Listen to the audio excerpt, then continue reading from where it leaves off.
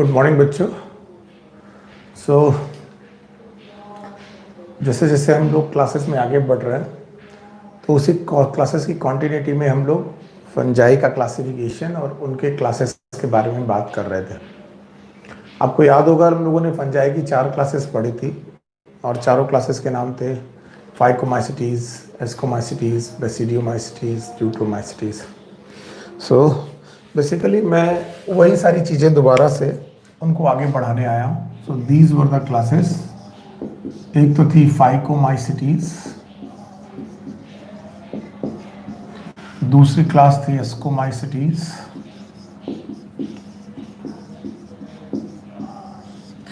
तीसरी क्लास थी basidiomycetes,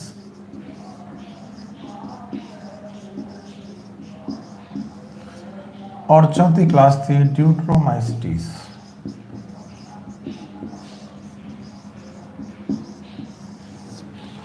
phycomycetes, ascomycetes, basidiomycetes and deuteromycetes, ये 4 क्लासेस में हम लोगों ने पढ़ा था।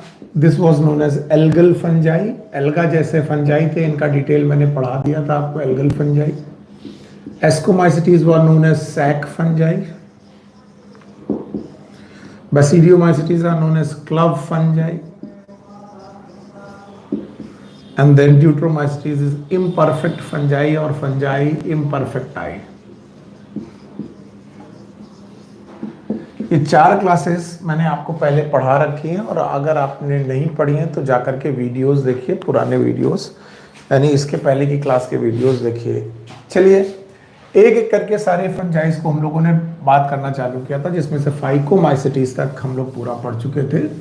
और फाइकोमाइसिटीज पढ़ लेने के बाद हमारे पास जो नेक्स्ट क्लास है डिटेल में, जो एनसीईआरटी की क्लास, एनसीईआरटी बुक में है, it is known as ascomycetes.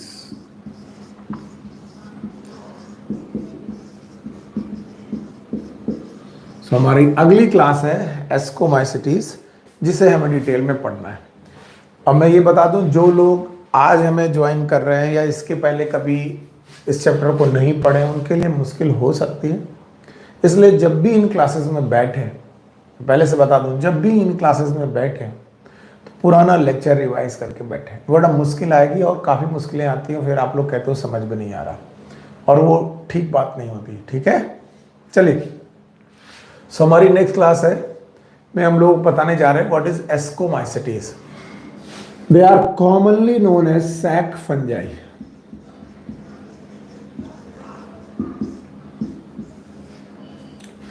याद रखना, इन्हें सैक फंजाई का नाम देते हैं। Why they are known as sac fungi? Just because they have sac like fruiting body.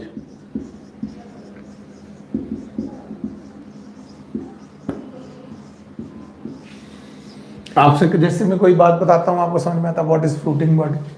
Fruiting body वो बॉडीज होती हैं जिनमें सेक्सुअल स्पोर्स बनते हैं। मैंने आपको सेक्सुअल स्पोर्स बनाने के लिए बताया था, फंजाई में सेक्सुअल स्पोर्स बनते हैं। तो याद रखना, इनकी फ्रूटिंग बॉडी सैक लाइक होती है, that's why they are known as sac fungi, और इनका नाम commonly known as ascomycetes. Okay, अब आपको पॉइंट बताए जाएंगे 8। पहला पॉइंट है हैबिट एंड हैबिटेट, जिसपे आपको पूरा का पूरा टॉपिक पढ़ना है। 8 पॉइंट वो मैं आपके सामने रख रहा हूं। पहले आपको पता लगाना है कि एस्कोमाइसिटीज के मेंबर रहते कहाँ हैं, कैसे रहते हैं। सो हैबिट एंड हैबिटेट आपको मालूम है, they will live in warm, damp and moist places। ऐसी जगह होनी चाहिए जो थोड़ी गर्म हो, मॉइस्चरस हो, उमस जैसी भरी चीज हो, और डैम्प हो, रोशनी कम पहुंच रही हो, ऐसी जगह पर रहते हैं। They are also saprophytic. Saprophytic का मतलब है they live upon dead and decaying material. Live upon dead and decaying material.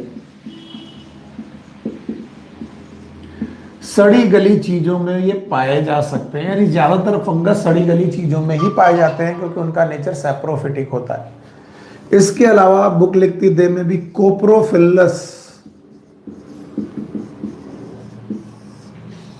कॉप्रो का मतलब होता है डंग, कोप्रो का मतलब ही होता है excreta. They are dung loving, गोबर में पाए जा सकते हैं, डंग लविंग।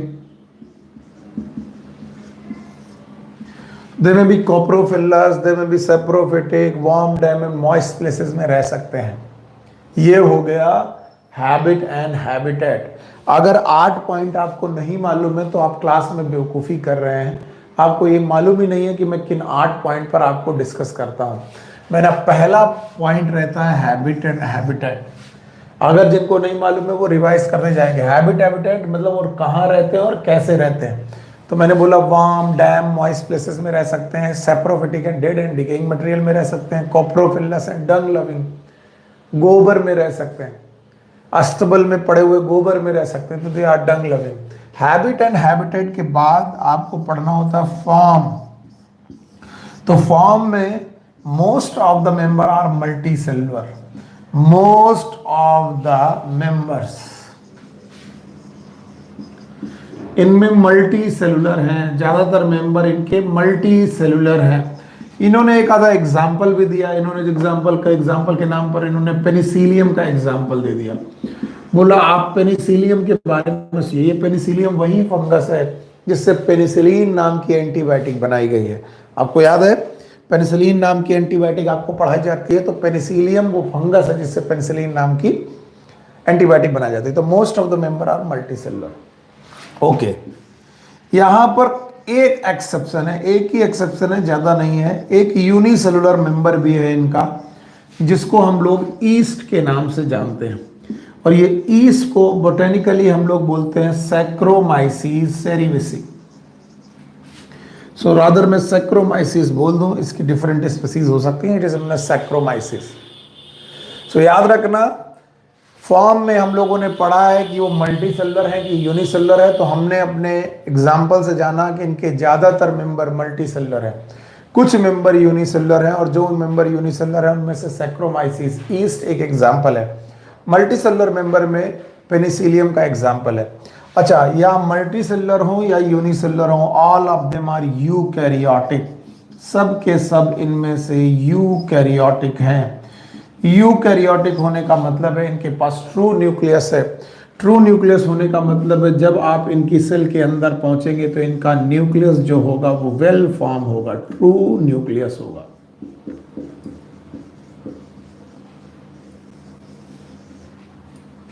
अगर न्यूक्लियस के चारों तरफ न्यूक्लियर मेम्ब्रेन होती हैं, ऐसे न्यूक्लियस को हम लोग ट्रू न्यूक्लियस बोलते हैं। तो जैसे पहला पॉइंट हो गया हैबिट एंड हैबिटेट और दूसरा पॉइंट हो गया फॉर्म। तो हम लोगों ने हैबिट एंड हैबिटेट के बाद फॉर्म पढ़ लिया। अब फॉर्म के बाद हम क्या पढ़ेंगे वो हमें मालूम होना चाहिए। फॉर्म के बाद हम लोग पढ़ते हैं मॉर्फोलॉजी। तो हम लोग मॉर्फोलॉजी भी देखते हैं, पहले इतना पॉइंट देखते हैं। एस्कोमाइसिटीज के habit and habitat warm, dam, moist places हो सकते हैं। सेप्रोफिटिक हो सकते हैं जो डेड एंड डिकेइंग मटेरियल में रहेंगे। कोप्रोफिलस हो सकते हैं जो डंग लविंग हो सकते हैं, गोबर में रह सकते हैं। इसके अलावा आपको मालूम है कि इनके फॉर्म में most of the member are multi cellular, ज्यादातर मेंबर बहुकोशिकीय हैं। पेनिसिलियम एक एग्जाम्पल है। सम मेंबर आर यूनिसेलुलर, कुछ एक कोशिकीय भी हैं, जैसे कि ईस्ट है एग्जाम्पल, सैक्रोमाइसिस है। मल्टी सेलुलर हो कि यूनिसेलुलर हो, बहुकोशिकीय बहुत सारी सेल वाला हो कि एक सेल वाला हो, चाहे बहुकोशिकीय हो, मल्टी सेलुलर हो, चाहे यूनिसेलुलर हो, ये यूकैरियोटिक होते हैं। इनमें ट्रू न्यूक्लियस पाया जाता है।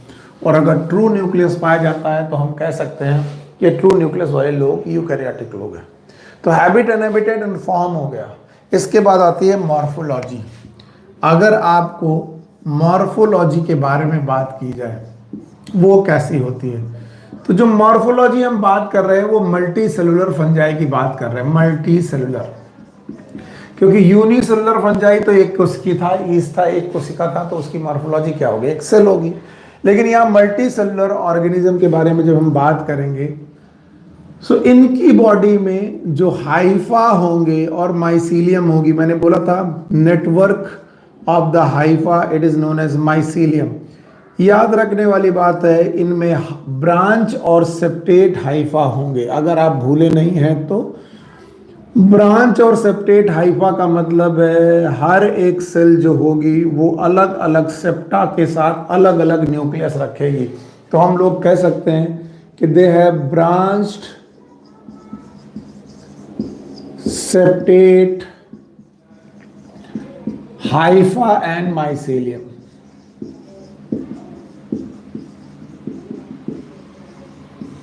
Branch and septate, Haifa and mycelium, इनके जो हाइफा और माइसिलियम जो होंगे वो ब्रांच और सेप्टेट होंगे। ये क्वेश्चन इसलिए भी इंपॉर्टेंट हो जाता है कि जब हम फाइकोमाइसिटीज पढ़ रहे थे, यानी इसके पहली वाली क्लास पढ़ रहे थे, याद करिए मैंने जब इसके पहले की क्लास पढ़ाई थी फाइकोमाइसिटीज, ये फाइकोमाइसिटीज है, ये एस्कोमाइसिटीज है। अभी जो पढ़ रहे हैं वो एस्कोमाइसिटीज है। इसके पहले जब फाइकोमाइसिटीज हमने पढ़ा था तो हमने जो हाइफा देखे थे देवर एसेप्टेट। एसेप्टेट का मतलब है यहां पर एक कोशिका और दूसरी कोशिका के बीच में कोई सेप्टा नहीं है। यहां पर एक न्यूक्लियस दूसरे न्यूक्लियस के बीच में सेप्टा है, यहां पर एक न्यूक्लियस और दूसरे न्यूक्लियस के बीच में सेप्टा नहीं है। तो ये एसेप्टेट हुआ करते थे, मल्टी न्यूक्लिएट हुआ करते थे, मल्टी न्यूक्लिएटेड। वहीं पर जब मॉर्फोलॉजी आप एस्कोमाइसिटीज की देखेंगे तो वो एसेप्टेट नहीं है, सेप्टेट है। सेप्टेट का मतलब है दो न्यूक्लियस के बीच में सेप्टा प्रेजेंट है, यानी सेल अलग अलग दिखाई पड़ रही हैं। अलग अलग सेल दिखाई पड़ने की वजह से इन्हें हम लोग सेप्टेट बोलते हैं। और सेप्टेट होने के साथ साथ इनमें ब्रांचेस भी निकली हुई हैं, like these are the branches. Branches निकली हुई हैं तो हम लोग बोल सकते हैं कि they are septate and branched. कोई भी कंफ्यूजन नहीं होना चाहिए, क्योंकि किसी भी मेंबर को मैं जब मैच कराऊं तो आपको आना चाहिए। जैसे मैं फाइकोमाइसिटीज के बारे में बोलूं, वो हैबिट एंड हैबिटेट कहाँ था, तो आप बोलोगे वो एल्गी की तरह हैबिट एंड हैबिटेट रखते थे, वो वाटर में रहा करते थे। अब अगर कोई बोले एस्कोमाइसिटीज कहाँ रहते हैं, तो आप बोल सकते हो दे में बी डंग लविंग, दे में बी सेप्रोफिटिक, दे में बी वार्म ह्यूमिड प्लेसेस, यहाँ पर रह सकते हैं। तो दोनों का आपने हैबिट एंड हैबिटेट कंपेयर कर लिया, दोनों का फॉर्म कंपेयर कर लिया। आप फाइकोमाइसिटीज में देख रहे थे ऑलमोस्ट ऑल मेंबर देवर मल्टी सेलुलर। यहां पर मल्टी सेलुलर होने के साथ साथ यूनिसेलुलर मेंबर भी था, दैट वाज नोन एज, आपको याद होगा इसका नाम था ईस्ट। खैर, अब हम लोग मॉर्फोलॉजी बात कर रहे हैं। उनकी मॉर्फोलॉजी मल्टी न्यूक्लिएटेड एसेप्टेट थी, पर जो इनकी मॉर्फोलॉजी है ये ब्रांच और सेप्टेट मेंबर है, याद रखना पड़ेगा। तो ये तीसरा पॉइंट था जिसमें हमने मॉर्फोलॉजी डिस्कस कर ली। एनाटॉमी हमारे कोर्स में है नहीं, हम डिस्कस नहीं करेंगे। तो अभी हम लोग पढ़ेंगे मोड ऑफ न्यूट्रिशन। तो पहली बात तो चौथा पॉइंट होता है जो लोग आज डिस्कस कर रहे हैं, एनाटॉमी हम यहां पर डिस्कस करने नहीं जा रहे हैं, उनको बाद में देखेंगे। अगला है मोड ऑफ न्यूट्रिशन। अगर आप मोड ऑफ न्यूट्रिशन जानने की कोशिश करेंगे तो आपको याद रखना पड़ेगा most of the member are saprophytic. ज्यादातर मेंबर सेप्रोफिटिक हैं। अगर सेप्रोफिटिक हैं तो वो बेटा सड़ी गली चीजें खाते हैं। सो आप बोल सकते हैं feed upon decomposing, dead and decomposed part, सड़ी गली चीजों पर फीड करते हैं। सम मेंबर आर पैरासाइट, कुछ ऐसे मेंबर्स भी हैं जो पैरासाइट हैं। और पैरासाइट का मतलब है जब एक लिविंग ऑर्गेनिज्म दूसरे लिविंग ऑर्गेनिज्म पर रहे। जब एक लिविंग ऑर्गेनिज्म सड़ी गली चीजें, मरी हुई चीजों पर रहे तो उसे बोलते हैं saprophyte. When one living organism depend upon dead and decaying material, that is known as saprophyte. But when one living organism depend upon another living organism, एक living organism जब दूसरे living organism पर डिपेंड रहता है, इसे बोलते हैं parasite. तो इनके ज्यादातर मेंबर तो सेप्रोफिटिक ही है, डेड एंड डिकेइंग मटेरियल में रहते हैं, लेकिन कुछ मेंबर जो होते हैं वो पैरासिटिक भी होते हैं। पैरासिटिक का मतलब है वो लिविंग ऑर्गेनिज्म पर भी रह सकते हैं। तो आपने देखा ये पांचवा पॉइंट था मोड ऑफ न्यूट्रिशन। अगर आप लोग मुझे वो दोहरा दें कि वो कौन से 5 पॉइंट थे तो काम बन जाएगा। पहला पॉइंट था हैबिट एंड हैबिटेट, दूसरा पॉइंट था फॉर्म, तीसरा पॉइंट था मॉर्फोलॉजी, चौथा एनाटॉमी हमारे कोर्स में थी नहीं, पांचवा मोड ऑफ न्यूट्रिशन। तो आपके सामने मोड ऑफ न्यूट्रिशन सामने रखा हुआ है, आप इसे समझ लें, फिर मैं आगे बढ़ता हूँ। अगर आपको ये बातें समझ में आ रही हैं तो आगे चलते हैं हम लोग। चलिए, मॉर्फोलॉजी में जब भी हम लोगों ने देखा तो इनके हाइफा हमें ब्रांच और सेप्टेट दिखे। माइसीलियम और हाइफा ब्रांच और सेप्टेट रखना ये हायर फंजाई का काम है। लोअर फंजाई जो कि फाइकोमाइसिटीज हुआ करता था वो एसेप्टेट हाइफा रख रहा था। खैर, इसके बाद एनाटॉमी हमारे कोर्स में है नहीं। मोड ऑफ न्यूट्रिशन में हमने देखा most of the member are saprophytic, feed upon dead and decaying material, इसके अलावा सम मेंबर आर पैरासाइट, कुछ मेंबर ऐसे भी थे जो पैरासाइट मिले और आपने देखे। इसके बाद हमारे पास एग्जाम्पल है मोड ऑफ रिप्रोडक्शन का। मोड ऑफ न्यूट्रिशन के बाद आता है मोड ऑफ रिप्रोडक्शन, और इसे भी समझते चलिए। मैंने डिटेल में मोड ऑफ रिप्रोडक्शन ऑलरेडी पढ़ा के रखा हुआ है। अगर कभी कोई तुमसे पूछे मोड ऑफ रिप्रोडक्शन कितने प्रकार का कोई फंजाई रख सकता है, तो आपको खुद बताना चाहिए कि वो मोड ऑफ रिप्रोडक्शन कितने प्रकार का हो सकता है। अगर आप मोड ऑफ रिप्रोडक्शन कितने प्रकार का होता है ये बताएंगे तो I will feel happy. Mode of reproduction में आपने देखा था 3 प्रकार का रिप्रोडक्शन था। One is known as vegetative reproduction, vegetative reproduction, very good. दूसरा टाइप का रिप्रोडक्शन था एसेक्सुअल रिप्रोडक्शन, एसेक्सुअल रिप्रोडक्शन। और तीसरा टाइप का रिप्रोडक्शन था सेक्सुअल रिप्रोडक्शन।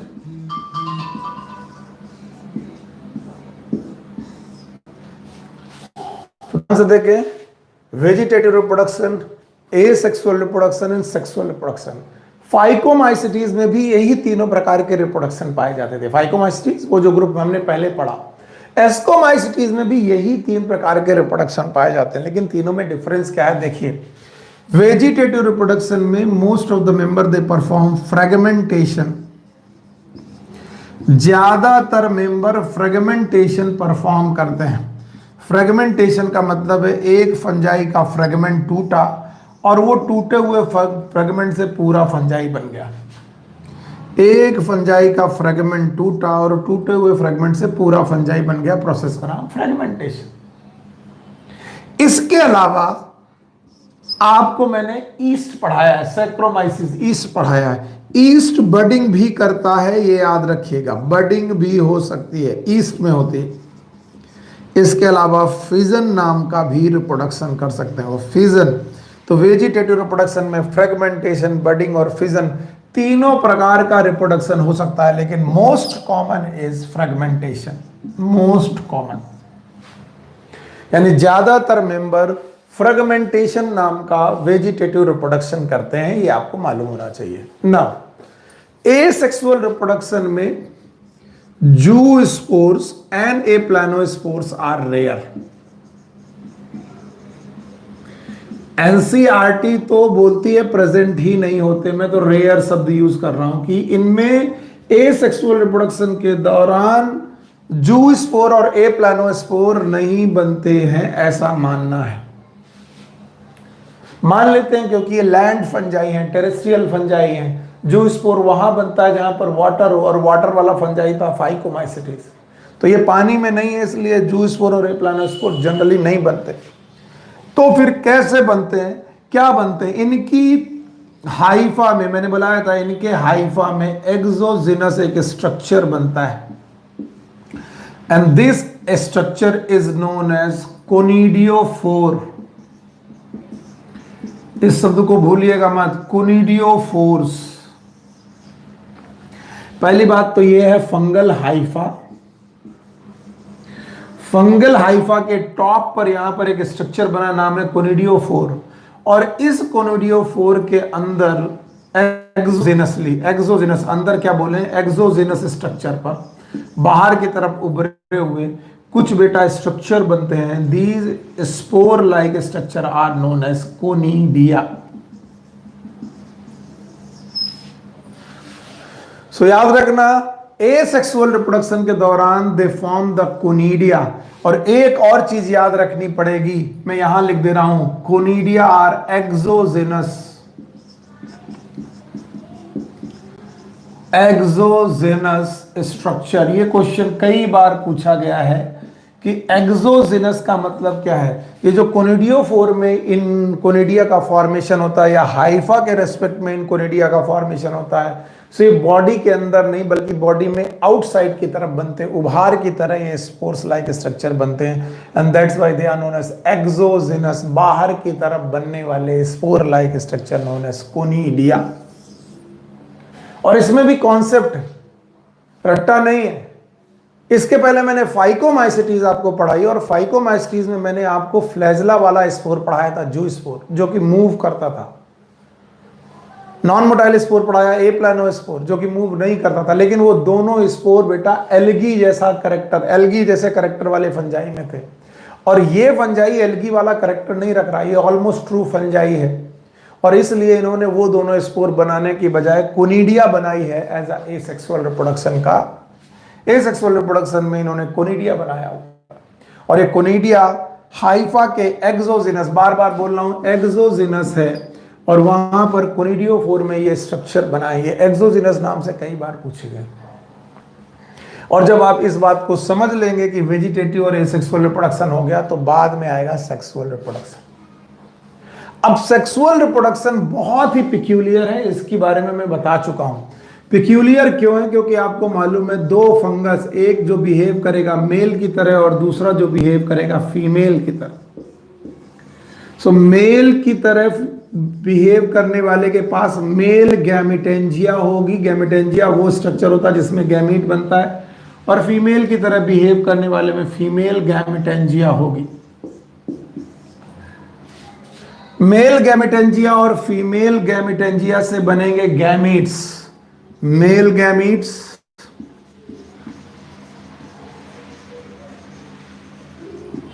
और इधर बनेंगे फीमेल गैमीट्स।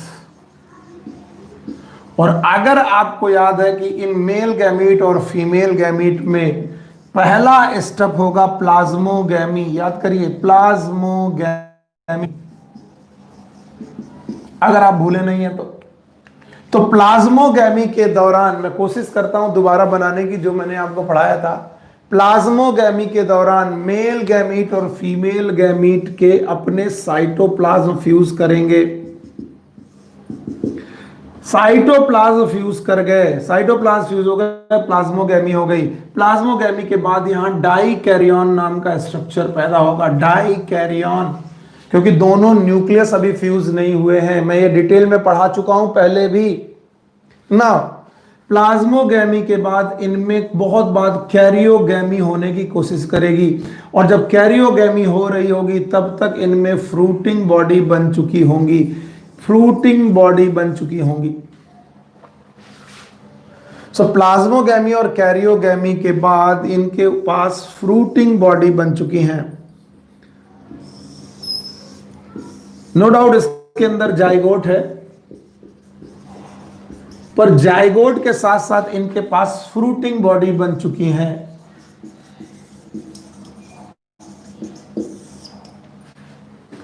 अगर आपको समझ में नहीं आ रहा तो उसका डिटेल में अलग से बना दूंगा, कोई दिक्कत नहीं है, मुझे थोड़ी सी जगह चाहिए होगी, मैं इसको अलग से बना दूंगा अगर आप इस सब चीजों के साथ कोप अप करें। चलिए, मोड ऑफ रिप्रोडक्शन में 3 प्रकार का रिप्रोडक्शन है। Number 1 is vegetative reproduction, number 2 is asexual reproduction, and number 3 is sexual reproduction. Vegetative asexual reproduction मैंने पढ़ा दी है, सेक्सुअल रिप्रोडक्शन पढ़ा रहा हूं। तो पहले इनमें हो गई प्लाज्मोगैमी, फिर हो गई कैरियोगैमी। प्लाज्मोगैमी और कैरियोगैमी साथ साथ नहीं हुई तो there is no syngamy, syngamy नहीं है, लेकिन इनके पास सैक लाइक फ्रूटिंग बॉडी जैसा स्ट्रक्चर बना है, सैक लाइक फ्रूटिंग बॉडी।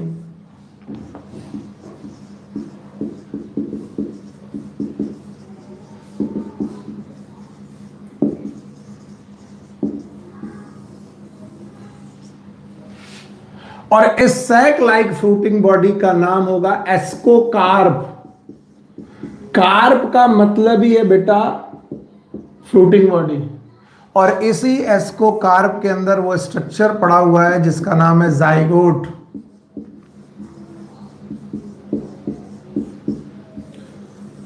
और जाइगोट होता है 2n, और इस जाइगोट में होगी मियोसिस, उसके बाद भले माइटोसिस हो लेकिन पहले होगी मियोसिस। और जैसे ही मियोसिस होगी, जाइगोट में मियोसिस होने की वजह से यहां पर 4 स्पोर बनेंगे, एक जाइगोट से 4 स्पोर बनते हैं, और सब के सब हैप्लॉइड स्पोर्स होंगे।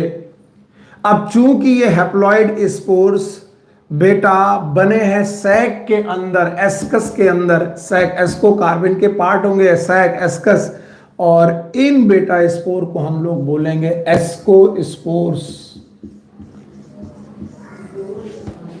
सो वी कैन से यहां पर बेटा मियोसिस के बाद जो स्पोर बन रहा है वो हैप्लॉइड स्पोर है, और ये हैप्लॉइड स्पोर सैक के अंदर बन रहे हैं, तो we can say these are known as endogenous spores. Endogenous spores वो होते हैं जो फ्रूटिंग बॉडी के इनसाइड बन रहे हैं। आप यहां से चलिए तभी समझ में आएगा, male gametangia, female gametangia, male gametangia से मेल गैमेट, फीमेल गैमेटेंजिया से फीमेल गैमेट, इन दोनों का फ्यूजन हुआ। फ्यूजन में सिंगैमी नहीं हुई, फिर से बोलना, सिंगैमी नहीं हुई। सिंगैमी होती तो प्लाज्मोगैमी और कैरियोगैमी साथ साथ हो जाती। सिंगैमी करना किसका पार्ट था? फाइकोमाइस्टिस का। तो यहां प्लाज्मोगैमी पहले हो गई, डाइकैरियन स्टेज आई, इसके बाद फ्रूटिंग बॉडी बनी, कैरियोगैमी हुई। उस फ्रूटिंग बॉडी के अंदर जाइगोट में पड़ा हुआ, उस फ्रूटिंग बॉडी का नाम है एस्कोकार्प, और उस एस्कोकार्प के अंदर हुआ मियोसिस, और मियोसिस होने की वजह से बने एस्कोस्पोर्स। ये जो एस्कोस्पोर्स बने हैं, दीज आर एंडोस्पोर्स। आपको फंगस में दोनों प्रकार के स्पोर मिलते हैं, एसेक्सुअल स्पोर और सेक्सुअल स्पोर। जैसे कोनिडिया क्या है? It is asexual type of spore. पर अगर कोई बोले एस्कोस्पोर क्या है, तो बोलोगे ये सेक्सुअल स्पोर्स है। और ये जो सेक्सुअल स्पोर्स हैं, इन्हीं को हम लोग बोलेंगे एस्कोस्पोर्स। और ये एस्कोस्पोर्स यहां से निकलेंगे, यानी इस फ्रूटिंग बॉडी से रप्चर होकर के बाहर निकलेंगे, और जहां पर बेटा जमेंगे वहां पर बनाएंगे हाइफा, और ये होंगे ब्रांच एंड सेप्टेट हाइफा। इन स्पोर से ही बनेंगे। सो आपने देखा कि किस तरीके से यहां पर फ्रूटिंग बॉडी बनी, और फ्रूटिंग बॉडी के एंडोजेनस एस्कोस्पोर्स बने। एस्कोकार्प इनकी फ्रूटिंग बॉडी का नाम है, और इस तरीके से सेक्सुअल रिप्रोडक्शन करने लगे। आज भी सेक्सुअल रिप्रोडक्शन में वही 3 स्टेप हैं, देख लो। पहला स्टेप प्लाज्मोगैमी, दूसरा स्टेप कैरियोगैमी, तीसरा स्टेप मियोसिस। तो सेक्सुअल रिप्रोडक्शन में मैंने डिटेल में पहले भी पढ़ा रखा है कि फंगस अपने सेक्सुअल रिप्रोडक्शन के दौरान 3 मुख्य स्टेप फॉलो करते हैं, plasmogamy, karyogamy and meiosis. Plasmogamy, karyogamy और मियोसिस के बाद ये आपका एग्जाम्पल है। ओके, नाउ इसके बाद मोड ऑफ रिप्रोडक्शन के बाद आती है इकोलॉजिकल इंपॉर्टेंस, और इकोलॉजिकल इंपॉर्टेंस के बाद एग्जाम्पल एंड क्लासिफिकेशन। अगर आपसे कोई पूछे कि एस्कोमाइस्टीज के एग्जाम्पल क्या है, तो सबसे पहले आपको इनके एग्जाम्पल सेट करने चाहिए कि सर इनके क्या क्या एग्जाम्पल्स हैं। यस, फाइकोमाइसिटीज में मैंने यहां पर आपको याद करिए, फाइकोमाइसिटीज जब पढ़ाया था तो एग्जाम्पल लर्न करने के लिए बताया था राम नाम का फॉर्मूला। राम, अगर आप भूले नहीं हैं तो, राइजोपस, एल्बिगो और म्यूकर, मैंने पिछले वीडियो में पढ़ाया है उसी तरीके से। अब इसी राम के साथ एक फॉर्मूला और पढ़िए, कैन। तो कभी सेंटेंस बने तो बनेगा राम कैन, लेकिन राम किसका था? फाइकोमाइसिटीज। कैन किसका है? Ascomycetes. So what is can? C for claviceps,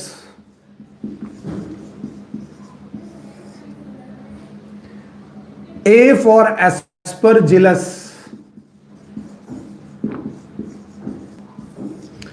N for neurospora,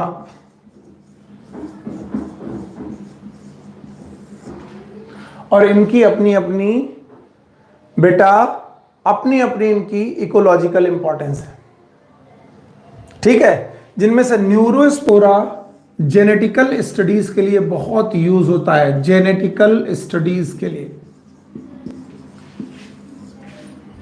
linkage और क्रॉसिंग ओवर पढ़ने के लिए न्यूरोस्पोरा का बड़ा यूज है। लिंकेज एंड क्रॉसिंग ओवर जब आप पढ़ेंगे तो न्यूरोस्पोरा का बहुत यूज है, लिंकेज एंड क्रॉसिंग ओवर के।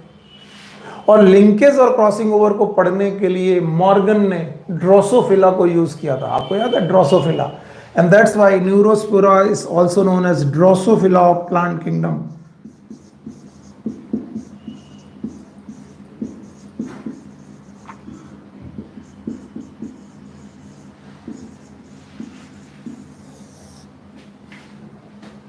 इसी तरीके से क्लैविसेप्स है, इससे हैलुसिनिक कंपाउंड निकाले जाते हैं, हैलुसिनोजेंस। हेलुसिनोजेंस वो बेटा नशीले पदार्थ हैं जो आपकी बॉडी में हेलुसिनेशंस कर सकते हैं। जो स्टिमुलस नहीं होगा वो भी आपको दिखाई पड़ सकता है या सुनाई पड़ सकता है, ऐसे बोलते हैं hallucinations. So there are so many example, Claviceps, Aspergillus, Neurospora. अगर मैं बोलूं एस्परगिलस आपको टीबी लाइक डिसीज करता है, TB like disease in lungs, इसे हम लोग बोलते हैं एस्परजिलोसिस। ऐसे बहुत सारे इंपॉर्टेंट काम हैं जो मैं आपको एस्कोमाइसिटीज के साथ पढ़ाऊं। तो ये राम के साथ कैन है। इसके अलावा आप भूले नहीं होंगे तो इनके एग्जाम्पल में मैं पेनिसिलियम आपको पहले ही पढ़ा चुका हूं। सो पेनिसिलियम नाम का जो बेटा आपका फंगस था, ये पेनिसिलिन नाम की एंटीबायोटिक बनाता है। पेनिसिलिन एंटीबायोटिक बनाने के काम आता है। इसके अलावा मैंने आपको ईस्ट भी पढ़ा रखा है, yeast that is known as Saccharomyces. और सैक्रोमाइसीस बेकिंग में और ब्रूइंग में दोनों में काम आता है। बेकिंग मतलब आप ब्रेड वगैरह बना सकते हैं, ब्रेड बेकिंग इंडस्ट्री में बनते हैं। और इसके अलावा ब्रूइंग, ब्रूइंग का मतलब है अल्कोहल वगैरह, अल्कोहल की ड्रिंक वगैरह बना सकते हैं फर्मेंटेशन के द्वारा। तो आपके पास पेनिसिलियम भी है, ईस्ट भी है, इसी का मेंबर। बहुत सारे एग्जाम्पल है, लेकिन राम कैन अगर याद रखेंगे तो पेनिसिलियम, ईस्ट आपको याद ही आ जाएगा। इसके अलावा जो मोस्ट इंपॉर्टेंट क्वेश्चन है, अक्सर पूछा जाता है या फिर नीट में भी पूछा गया है, इनमें मॉरेल्स एंड ट्रफल्स नाम के फंगस पाए जाते हैं। Morels and truffles, they are considered as delicacies. अब आप पूछेंगे डेलिकेसीज क्या है? You know that 5 star hotels में आप लोगों ने मशरूम वगैरह, मशरूम तो आजकल घरों घरों में भी मिलता है, ठीक वैसे ही बेटा ये एडिबल फंजाई है, मॉरेल्स एंड ट्रफल्स, मॉर्केला। याद रखना, मॉरेल्स एंड ट्रफल्स से डेलिकेसीज की तरह यूज किए जाते हैं, ये एडिबल फंजाई की तरह यूज किए जाते हैं।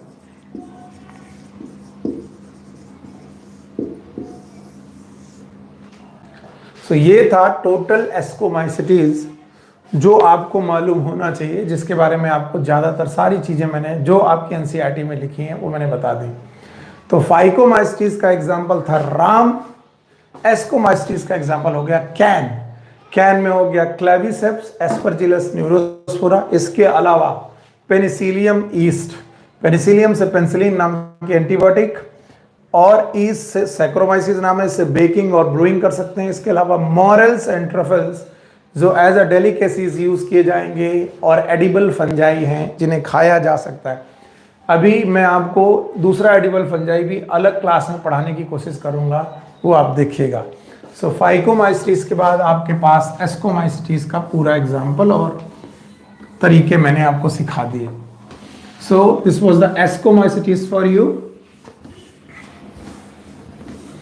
नाउ फाइकोमाइसिटीज, एस्कोमाइसिटीज के बाद हमारे पास तीसरा ग्रुप ऑफ फंजाई आता है, और जो ये तीसरा ग्रुप ऑफ फंजाई है it is known as basidiomycetes.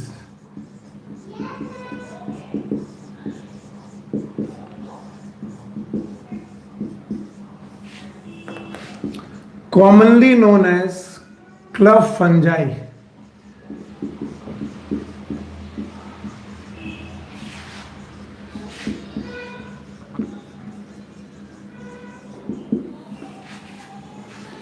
Commonly इनको हम लोगों ने क्लब फंजाई के नाम से जाना है।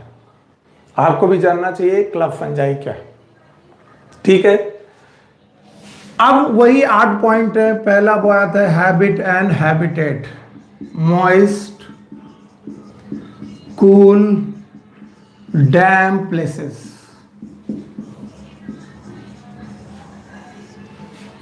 और यहां पर इन्होंने प्लेसेस का एग्जांपल भी पढ़ाया है। जैसे इन्होंने बताया कि आपने मशरूम, और मशरूम का नाम सुना होगा, मशरूम आपने देखा होगा। मशरूम कहाँ ग्रो करता है?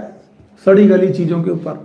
मशरूम का ये एक कलीग है, भैया है, इसको हम लोग बोलते हैं यस टोड स्टूल। कई बार आप लोग कुकुरमुत्ता के नाम से भी जानते हैं। So mushroom dead and decaying material की तरह आप लोगों ने देखे होंगे। इसके अलावा आपने ये भी देखा होगा कि कभी लकड़ी के लट्ठों में, अभी बरसात चल रही है तो बरसात में मान लो जो ये वुडन ब्लॉक है, वुडन, तो उस वुडन ब्लॉक में आपने ऐसे ब्रैकेट लाइक फंजाई देखे होंगे, कुछ ऐसे पफ बॉल देखे होंगे, ब्रैकेट फंजाई देखे होंगे।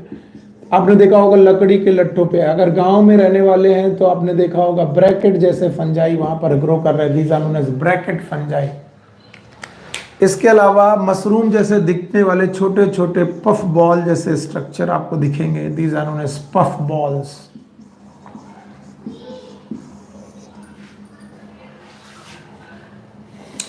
तो हैबिट एंड हैबिटेट में इनके मेंबर आपको दिखाई पड़ जाएंगे।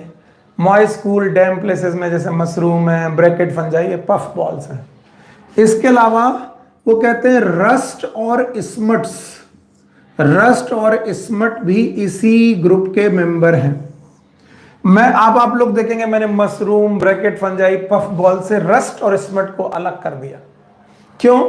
क्योंकि rust and smut they are parasitic, they are the parasitic fungi. What is parasitic fungi? मान लीजिए आपने कभी पढ़ा हो कि गेहूं की पत्तियों में रस्ट आ गई, रस्ट आ गई मतलब गेहूं की पत्तियां एकदम जल के गिरने लगी। तो ये जो रस्ट है ये किसकी द्वारा हो रही थी? पक्सीनिया के द्वारा। आपको मैंने पढ़ाया था black rust of the wheat. तो अब पक्सीनिया एक फंगस है जो व्हीट नाम के पौधे पे रह रहा, व्हीट के नाम के पौधे पर रह रहा। तो एक लिविंग ऑर्गेनिज्म जब दूसरे लिविंग ऑर्गेनिज्म पे रहता है तो इसे बोलते हैं parasite. So we can say there are so many example for habit and habitat. Habit and habitat के लिए इनके पास बहुत सारे एग्जाम्पल हैं और वो आपने देख लिए। और जब आपने हैबिट एंड हैबिटेट के एग्जाम्पल देखे तो देखा Basidiomycetes commonly known as club fungi, moist cool and damp places में रहते हैं। मशरूम इनके एग्जाम्पल हो सकते हैं, टोड स्टूल एग्जाम्पल हो सकते हैं, ब्रैकेट फंजाई एग्जाम्पल हो सकते हैं, पफ बॉल एग्जाम्पल हो सकते हैं, रस्ट और स्मट भी इनके एग्जाम्पल हो सकते हैं। तो ये हो गया habit and habitat. Habit and habitat के बाद अगर दूसरी कोई चीज हम लोग पढ़ते हैं तो वो पढ़ते हैं form. As usual they are multi cellular. मैंने बोला था most of the fungi are multi cellular, तो इनके भी सारे के सारे मेंबर मल्टी सेलुलर हैं और यूकैरियोटिक है। मल्टी सेलुलर और यूकैरियोटिक होने का मतलब है they have well form nucleus. और एक चीज याद रखना है, इनकी सेल वॉल में काइटिन प्रेजेंट है और काइटिन सेल वॉल का मतलब इनमें सेलुलोज की सेल वॉल नहीं है। तो हैबिट एंड हैबिटेट और फॉर्म के बाद तीसरी जो सबसे इंपॉर्टेंट बात आपको पढ़नी है वो है मॉर्फोलॉजी। चलिए बेसिडियोमाइस्टीज में जितना हम लोगों ने पढ़ा उसको पहले याद करते हैं। Commonly known as club fungi, moist cool और डैम प्लेसेस में रहते हैं। मशरूम एग्जाम्पल हो सकते हैं, टोड स्टूल एग्जाम्पल हो सकते हैं, पफ बॉल एग्जाम्पल हो सकते हैं, ब्रैकेट फंजाई एग्जाम्पल हो सकते हैं, रस्ट और स्मट भी इनके एग्जाम्पल हो सकते हैं। अब आपके सामने पक्सीनिया इनका एक एग्जाम्पल है जो ब्लैक रस्ट ऑफ व्हीट करता है, जो मैंने पढ़ाया। फॉर्म पढ़ाते वक्त आपने पढ़ा ये मल्टी सेलुलर और यूकैरियोटिक हो सकते हैं, they are multi cellular and eukaryotic. Chitinous cell wall हो सकती है। तो देखो हैबिट एंड हैबिटेट और फॉर्म आपके सामने हो गया। जब हैबिट एंड हैबिटेट फॉर्म आपने पढ़ लिया तो तीसरा पॉइंट होता है मॉर्फोलॉजी। और जब मैं मॉर्फोलॉजी पढ़ाने आऊंगा आप कैरीड अवे हो जाओगे, आप भूल जाओगे कि आपने पहले क्या पढ़ा था। और अच्छा स्टूडेंट वो है जो चीजों को रिलेट कर सके, जो ये जान सके उसने पहले क्या पढ़ा था। चलिए मैं यहां पर लिख रहा हूं फाइकोमाइसिटीज, आप याद करिए फाइकोमाइसिटीज, और यहां लिख रहा हूं एस्कोमाइसिटीज। अगर आप फाइकोमाइसिटीज और एस्कोमाइसिटीज की मॉर्फोलॉजी पढ़ें तो मैं बेसिडियो की पढ़ा दूंगा। आपको याद है फाइकोमाइसिटीज की मॉर्फोलॉजी में जो हमने हाइफा देखे थे वो कैसे थे? दे वर एसेप्टेट। इन्हीं को हम लोगों ने कहा था मल्टी न्यूक्लिएटेड। फिर आपने एस्कोमाइसिटीज में जो हाइफा देखे थे तो वो कैसे देखे थे? दे वर सेप्टेट। और आपने देखा था इन सेप्टेट में ब्रांचेस भी थी। तो ये था फाइकोमाइसिटीज, ये था एस्कोमाइसिटीज। अब आ रहा बेसिडियोमाइसिटीज। मैं आपको बता चलूं कि फाइकोमाइसिटीज के अलावा all other they are same in morphology. All other में कौन? एस्को, बेसिडियो एंड ड्यूट्रो, सब के सब मॉर्फोलॉजी में सेम है। तो कोई मुझसे पूछे कि बेसिडियोमाइसिटीज के हाइफा कैसे होंगे, तो मैं लिखूंगा they will have branched and septate Haifa and mycelium.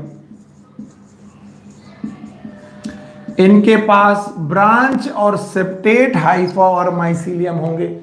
और जब मैं बोलूंगा कि इनके बारे में पढ़ने की कोशिश करो तो आपको समझ में आ जाएगा कि बस हर न्यूक्लियस दूसरे न्यूक्लियस से सेप्टा के द्वारा अलग होगा और साथ में उनके पास ब्रांचेस भी होंगी लाइक दिस। उनके पास ब्रांचेस होंगी लाइक दिस। तो आप कह सकते हो कि जैसा एस्कोमाइसिटीज का बेटा हाइफा हुआ करता था वैसा ही हाइफा और माइसीलियम हमारे बेसिडियोमाइसिटीज के पास है। लेकिन जब आप मशरूम देखेंगे तो आप ऐसी चीजें देख नहीं पाते, आपको लगता है ये सब कहां पर दिखता ही नहीं। तब मैं कहूंगा ये ब्रांच और सेप्टेट माइसीलियम आगे बेटा थैलस लाइक बॉडी बनाते हैं, थैलस लाइक बॉडी। और मैंने बहुत पहले पढ़ा दिया था थैलस लाइक बॉडी एक ऐसी बॉडी होती है जिसमें ना तो रूट होंगी, नो रूट, ना तो स्टेम होंगे, नो स्टेम, और ना तो लीफ होगी, नो लीफ। तो ये प्लांट लाइक बॉडी तो होगी, प्लांट जैसी तो दिखने वाली बॉडी होगी, पर ना तो उसमें रूट होंगे, ना तो उसमें स्टेम होंगे, ना तो उनमें लीफ जैसा कोई स्ट्रक्चर होगा। और इस तरीके से आपके सामने मॉर्फोलॉजी क्लियर हो गई, आसान हो गई।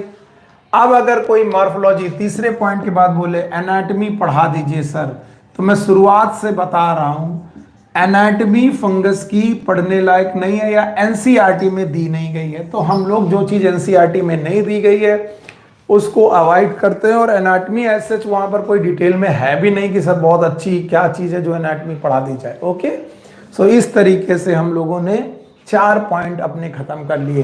पहला हैबिट एंड हैबिटेट, दूसरा फॉर्म, तीसरी मॉर्फोलॉजी और चौथी एनाटॉमी। आगे चलते हैं। अगर आपने ये पढ़ लिया है तो आइए अब हम लोग बेसिडियोमाइसिटीज का मोड ऑफ न्यूट्रिशन पढ़ते हैं।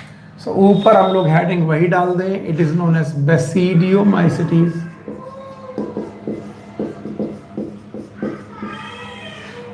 और यहां पर डाल दें मोड ऑफ न्यूट्रिशन।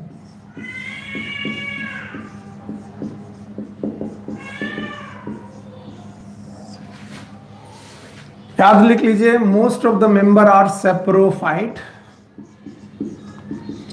ज्यादातर मेंबर सेप्रोफिटिक हैं, डेड एंड डिकेइंग मटेरियल को खाते हैं, they will live upon dead and decaying material. Some are parasite, वो मैंने आपको एग्जांपल दे दिया, रस्ट और smut, they are parasite, some are parasite. So कुछ मेंबर पैरासिटिक हैं, नहीं तो most of the member are saprophytic in nature. याद रखना सेप्रोफिटिक नेचर होने की वजह से इनको हम लोग कई बार डिकम्पोजर्स के नाम से भी जानते हैं, वी कॉल देम डिकम्पोजर्स। अगर आपको इतना समझ में आ गया है तो हम लोग अपना टॉपिक और थोड़ा आगे बढ़ाते हैं और देखते हैं उस टॉपिक में हमारे पास और क्या पढ़ने लायक है। सो मोड ऑफ न्यूट्रिशन पढ़ाने के बाद we have the mode of reproduction.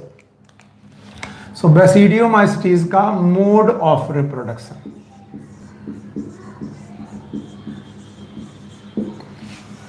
Mode of reproduction पढ़ते हैं। वही 3 मोड है जो मैंने पहले पढ़ाए थे। आपको तो तुरंत बोल देने चाहिए कि सर 3 हमें मालूम है। पहला है वेजिटेटिव, अभी मैं लिख रहा हूं इसका मतलब ये है कि नहीं ये बाद में डिसाइड करेंगे। दूसरा है एसेक्सुअल और तीसरा है सेक्सुअल रिप्रोडक्शन। ओके, तो मोड ऑफ रिप्रोडक्शन में 3 रिप्रोडक्शन, वेजिटेटिव, एसेक्सुअल और सेक्सुअल। मैं पहले लिख दूं कि बेसिडियोमाइसिटीज में एसेक्सुअल रिप्रोडक्शन इज एब्सेंट।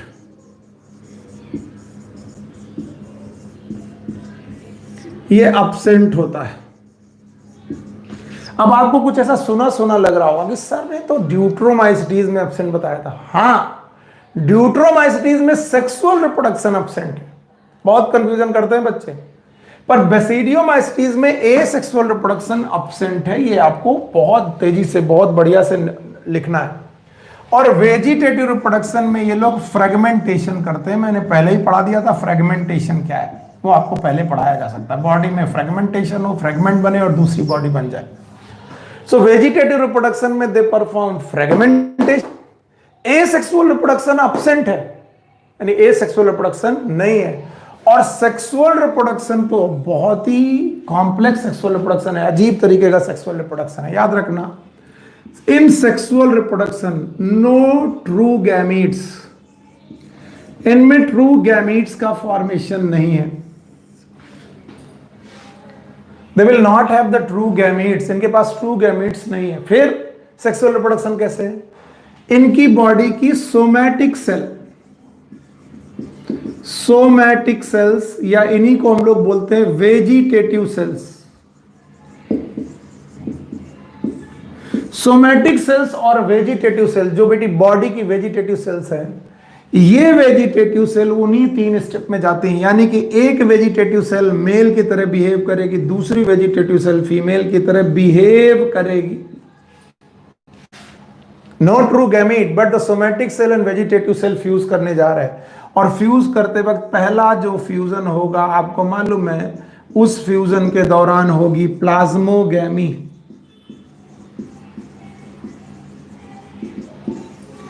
अब चूंकि इनकी पूरी बॉडी हैप्लॉइड होती है, तो ये वेजिटेटिव सेल भी हैप्लॉइड ही हैं, और इनके फ्यूजन के बाद हो गया प्लाज्मोगैमी। और प्लाज्मोगैमी के बाद जो स्टेज बनी उसका नाम है डायकैरियन। एंड नाउ आगे एसेक्सुअल रिप्रोडक्शन नहीं होता है, ये याद रखिएगा। आगे का मैं जो चीजें बता रहा हूं, आगे आप देखिए। अब इस डायकैरियन नाम के स्ट्रक्चर में, let's suppose this is a dikaryon, इसके चारों तरफ एक क्लोज्ड बॉडी बनेगी, क्लोज्ड बॉडी बनेगी, सैक लाइक नहीं, क्लोज्ड फ्रूटिंग बॉडी। और अगर ये क्लोज्ड फ्रूटिंग बॉडी बनेगी, ये क्लब लाइक फ्रूटिंग बॉडी बनेगी, इसके अंदर होगी कैरियोगैमी।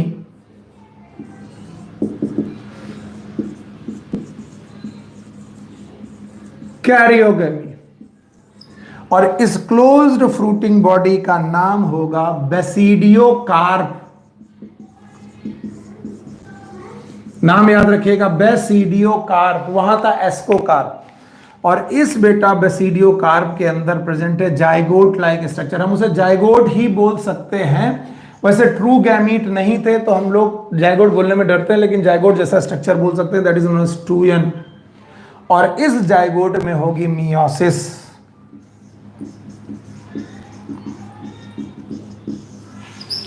तो पहला स्टेप प्लाज्मोगैमी, दूसरा स्टेप कैरियोगैमी, तीसरा स्टेप मियोसिस। और इस मियोसिस की वजह से जो आपकी फ्रूटिंग बॉडी थी उसमें एक्सोजेनस स्पोर बनेंगे। ऑल्दो मैं ज्यादा बनाने की कोशिश कर रहा हूं, ज्यादा दिख रहा है लेकिन ज्यादा समझिएगा मत।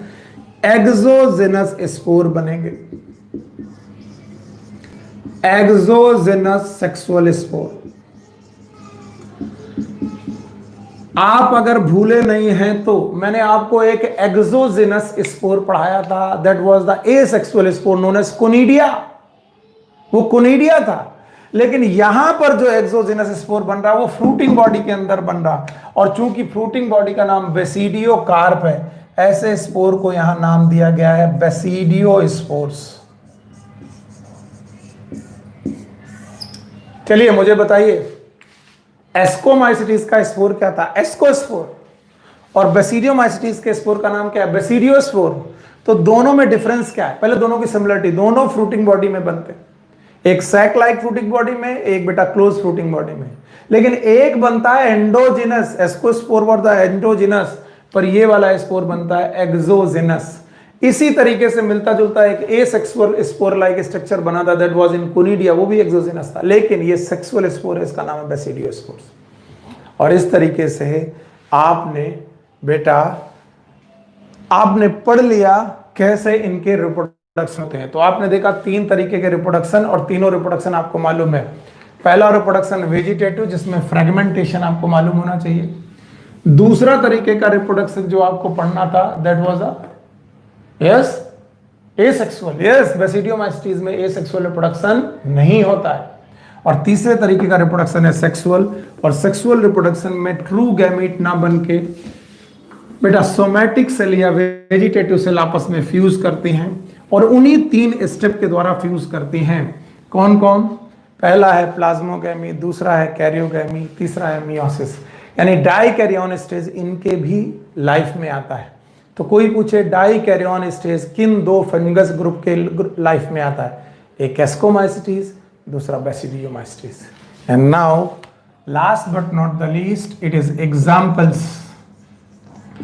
तो मैं आपसे कहूंगा एग्जाम्पल्स लिखने के पहले फाइकोमाइसिटीज याद करो। फाइकोमाइसिटीज का एग्जाम्पल मैंने पढ़ाया था राम। फिर याद करो एस्कोमाइसिटीज का एग्जाम्पल मैंने पढ़ाया था कैन। सो एक हो गया राम, कैन। आज मैं बेटा बेसिडियोमाइसिटीज के एग्जाम्पल पढ़ा रहा हूं पॉज, PAUS। पूरा पॉज की तरह आपको नहीं लगेगा, लेकिन इसको आपको पॉज ही पढ़ना। Ram, can, pause. पॉज मतलब रोक देना, कुछ ऐसा होता है।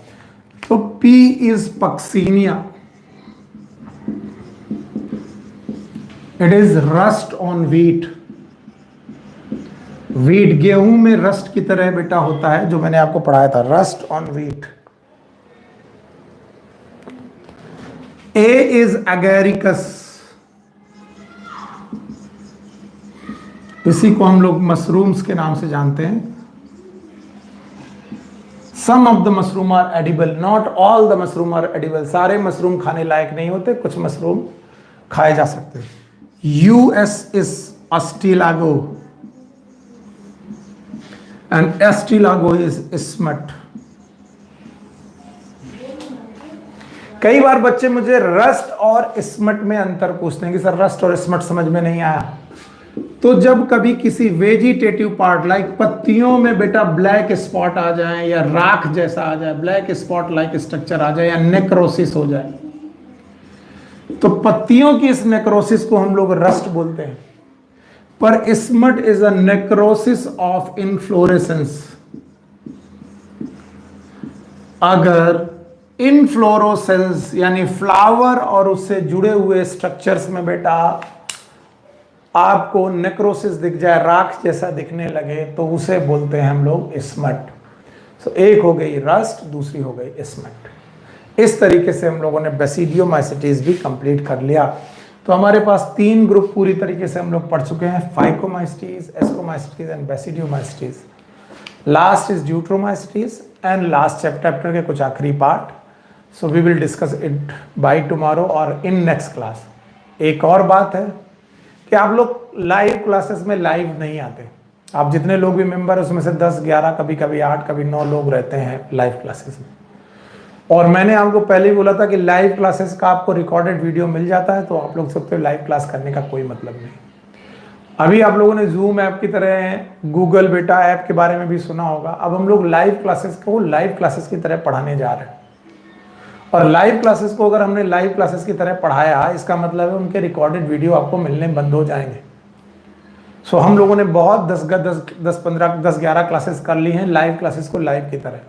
अब आने वाली क्लासेस जो होंगी वो लाइव होंगी और उनका रिकॉर्डेड वीडियो नहीं मिलेगा, जिसके बारे में सैटरडे और संडे को के गुप्ता सर आपको एक ऐप से इंट्रोड्यूस कराएंगे, या फिर बेटा गूगल या फिर जूम से इंट्रोड्यूस कराएंगे, जिसमें वो आपको इसके बारे में चर्चा करेंगे। सो वो उसका नोटिफिकेशन आपके नंबर पे भेज दिया जाएगा। Okay, thank you very much, take care, good luck, bye bye.